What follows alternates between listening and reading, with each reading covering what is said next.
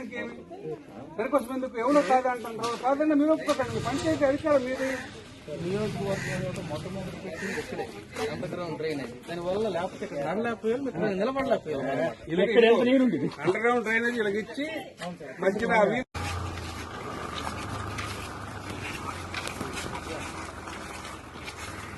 నమస్కారం.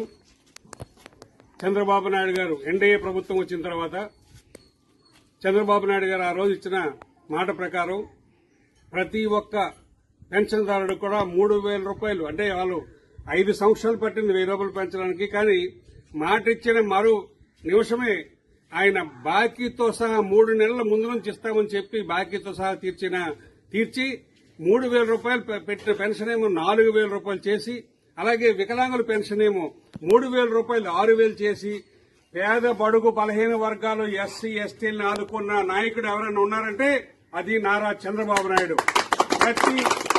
ప్రతి నెల కూడా 1వ తారీఖున ఆ గ్రామంలో ఉండే తెలుగుదేశం ఎన్డీఏ నాయకులు ఎవరుంటే వాళ్ళతో ప్రతి ఇంటికి పెన్షన్లు పంపించే కార్యక్రమం చేస్తున్నారు.